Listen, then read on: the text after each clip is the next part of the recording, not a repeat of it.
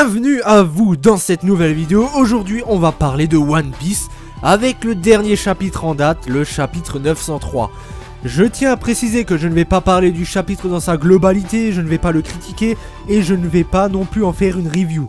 Je vais simplement vous parler enfin de ce que je pense être la véritable prime que Luffy a enfin mérité au vu de sa dangerosité par rapport à tous les événements qu'il a provoqués dans One Piece, ainsi qu'à sa puissance actuelle par rapport aux 2 ans d'entraînement. Je tiens également à vous préciser que je n'ai absolument pas suivi tout l'arc Whole Cake en manga, j'ai juste regardé le chapitre 903 parce que j'avais vu que la nouvelle prime de Luffy a sacrément augmenté.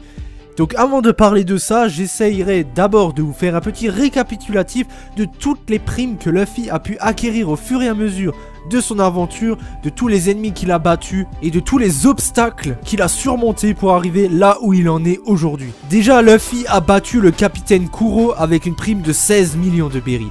Il a ensuite battu Don Krieg avec 17 millions. Puis il a vaincu Arlong, un homme poisson, avec 20 millions de berries.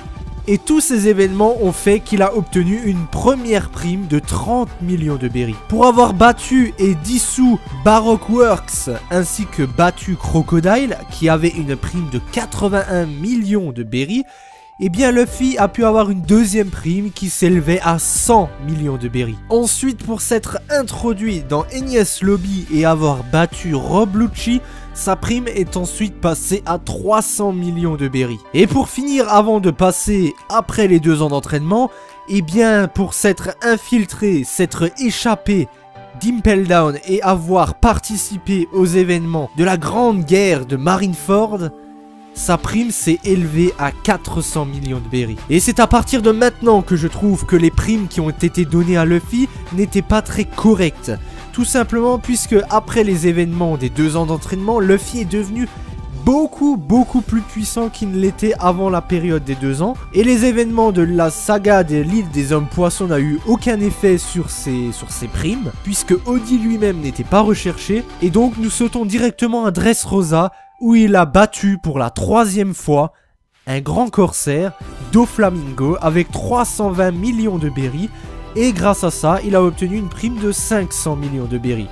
Et c'est à partir de là que je trouve que les primes n'ont pas été très représentatives de la puissance et de la dangerosité de Luffy, tout simplement car Doflamingo étant un grand corsaire, sa prime, son ancienne prime, du coup a été figée et n'a jamais augmenté. Mais pour moi, Doflamingo, s'il devrait avoir une prime encore actuellement, pour moi, à l'époque de Dressrosa, sa prime aurait dû être minimum de 700 millions de berries. Au vu de sa dangerosité et qu'il a réussi à manipuler tout un pays en entier sans que le gouvernement mondial ne le sache, ou du moins qu'ils font l'impasse dessus. Et je trouve que la prime qu'il avait obtenue, celle de 500 millions, pour moi n'était absolument pas assez élevée.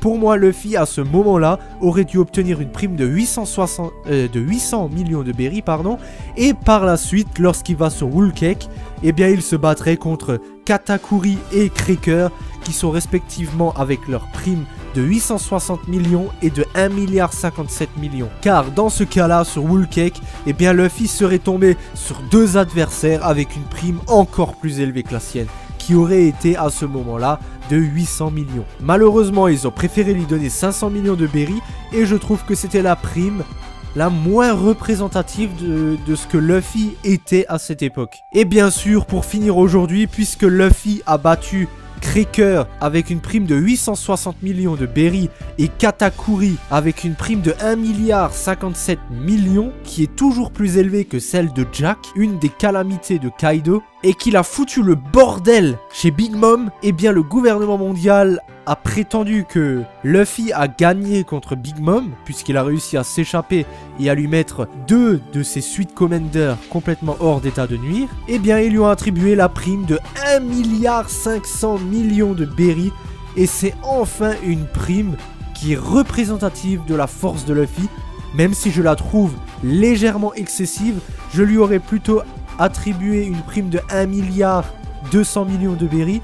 Mais 1,5 milliard de berries, c'est également très bon, puisque pour moi, ça permet de passer un cap au-dessus dans le manga. Là, on passe vraiment à l'étape supérieure. Et là, on va vraiment entrer dans la saga des 4 empereurs. Puisque Luffy va se diriger vers Wano Kuni, eh bien, il va devoir tôt ou tard se mesurer à Kaido. Et pourquoi est-ce que je dis que le manga a passé un cap?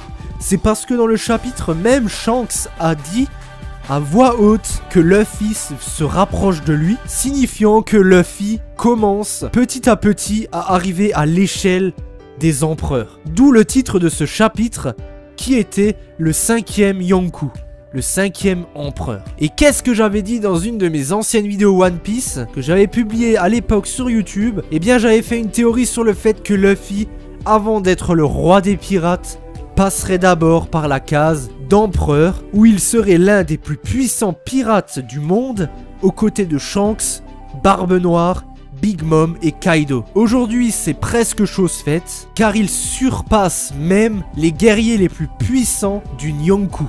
Je vous referai une vidéo très prochainement pour parler des 4 empereurs. Je pense la sortir peut-être demain ou dans 2 jours. Ce chapitre était vraiment très bon, surtout pour la fin. Et quand j'ai vu la prime de Luffy dans le chapitre, ça faisait longtemps que j'avais pas eu des frissons dans One Piece. On se retrouve très bientôt pour une nouvelle vidéo. Salut à tous.